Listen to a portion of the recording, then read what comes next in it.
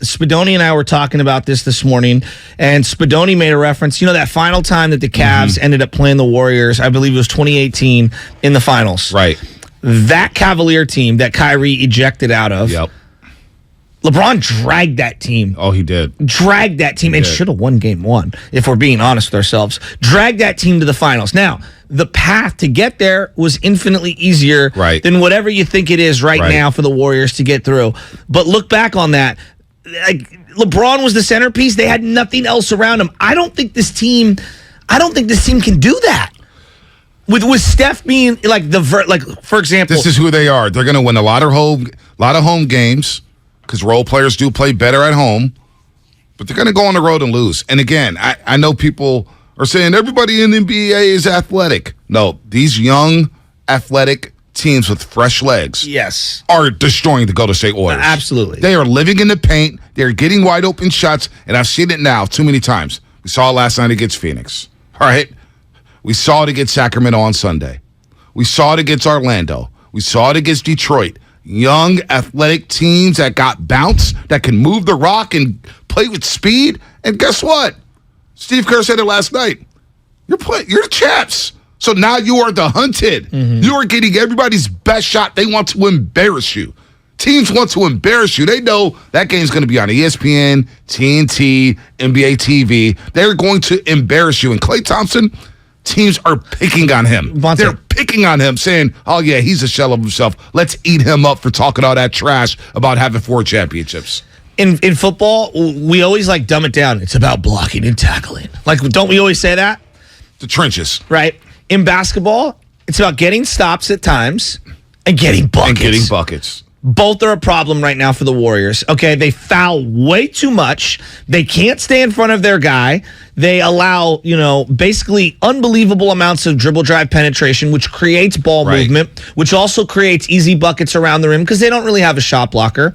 When they aren't in position to stay in front of someone, they either allow that guy a free release to the hoop, like a couple of times last night, or they just hack a guy. And now he goes to the free throw line, and then he gets going good. Now you're walking the ball up the court, okay? You're congested in the half court. You don't have guys that can get you buckets right now. There isn't a lot of movement off ball.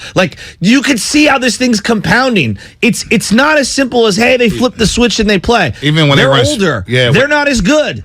It's a pretty simple equation right now. Well, it's fascinating because even when they run their simple split action, they love the split action. That's their staple play. That looks clunky at times. I'm just like, damn, they can't even run the split action cleanly. And predictable. And it's very predictable. But that's their only go-to right now. They can't do anything else right now. They can't. They just can't. The pivotal third quarter, where you talk about getting buckets, they go on scoring droughts at the wrong time. Oh, my goodness. That is the understatement of this season. Phoenix scores 6 straight out of halftime. 6 straight they score out of halftime. They end up shooting 50% from the floor and 50% from 3 that third quarter. And the Warriors shoot 36%, 36% from 3. And it was just, that was the moment for me where I said, boy, they're going to lose this basketball game. Because of that sequence, 90-83, and Klay Thompson chucks up 2 yellow threes, and to see Draymond Green just slump his shoulders, he didn't even get back on defense. He was defeated. I could feel, and I think Draymond's body language, reflected a lot of Warrior fans watching on their couch. Because I felt very similar. Really, dude? And that's where I don't want to sit here and just it's not just Klay. No, he's not been good. Jordan Poole scored 2 points yesterday. But I'm really sad. I remember how sad I got watching Navarro Bowman, and I brought this up to you. It's different. Clay's got more left in the tank, but it is sad though. Here's what it is. And this is where I'm really frustrated with him. He thinks he's a number 1 or number 2 option. And it's like, dude, there is no guy who's worse to play with on the court who doesn't realize you're not that guy, pal. We love you. You used to be that guy. Now you're like the 3rd, 4th, or 5th option. At times, yes, you can find your shots and whatnot, but dude, read the room. You're sucking the oxygen out of the ball. Wiggins should be the second option. Yes. He should be the second option. And every miss, it just feels like to me, every single miss is another layer of bricks that we're throwing on this weight that they all have on their shoulders. It was hard to watch last night. I know. Last night was selfish basketball. Yeah, but it hurts me to the solution. The solution isn't send Klay to the bench. That's not the solution. I think it's just to taper down his minutes and say, now you're a 20-minute a night guy and pick and choose your matchups. And also, I think they need to think about he's not a 2. He can guard a 2 here and there. He's a 3 and a 4. Like, use him as a 3 and a 4. Stretch 3, stretch 4. 831 Xfinity mobile text line. Bonta, you're gonna mention Wiggins 0 free throws. He needs to show a little aggression. Here's what happens with Wiggins. If he doesn't get going early, he's kind of aloof out there. He just kind of, I think you use the word floating. Yeah, I call it floating. It's just like he doesn't get touches. Yes. Kind of gets lost in the shuffle. Then he got going a little bit in the second half. He hit 4 threes overall, but the rebounding. I got 2 rebounds from Draymond Green. I got 2 rebounds from Andrew Wiggins. I got 0 free throw attempts for Andrew Wiggins. I got 2 from Draymond Green. I got 10 rebounds from Looney, Green, and Wiggins. That's my front line. That's just not going to get it done. JaMychal Green off the bench. 1 rebound, 2 rebounds. Can we admit DeAndre Ayton's a very difficult guard for them? Like, that particular matchup really crushes them. It is. It does. Let's go to Coach in Vallejo. But it's been a problem all year. It's been a problem all year. Yeah. No doubt. Coach in Vallejo, what's happening? Hey, Bonta, Butcher Boy, glad to get on. To answer your questions, the Warriors need to make a move now. And I'm looking at the bench because the bench is actually 1/3 of your game, and 1/3 is a large piece. Now, it looks like to me, we've seen what JaMychal Green is, and to me it looks like his career is over. I would much rather see Dwight Howard out there, even if it's 10 minutes a game. What about just James Wiseman? You know what? Well, Kuminga. I don't even want to get into that one. Right. I don't want to get into that one. But also, too, you look at guys like Jordan Poole. They gave him a bag of money, and, they're kind of trying to put him as the next heir apparent. But I want to leave you with this one. And I want you to think about it for a minute. I'm an old guy, but Jordan Poole games remind me of Jamal Crawford. He had some huge scoring games, but he was never a winner or was never on a winning team. And he floated around the NBA. And to me, that's what Jordan Poole is. He's flash or nothing. And the play, Bonta, if you remember last night, that epitomized the Warriors the most. The Warriors missed the basket. Phoenix got the ball. They threw the ball down court. Jordan Poole and DiVincenzo sat there and watched their big man run right past them. Oh, yeah. Go right to the hoop and slam dunk. Yeah. And it's a common occurrence for this team. Yeah, it is. It's a common occurrence. And I've seen it a lot with Jordan Poole. Let's get to Jimmy back in Hampton, Virginia. Jimmy, what's happened? What's the solution? Should the Warriors make a big move, or should they just roll with the ship? Roll till the wheels fall off with the core group.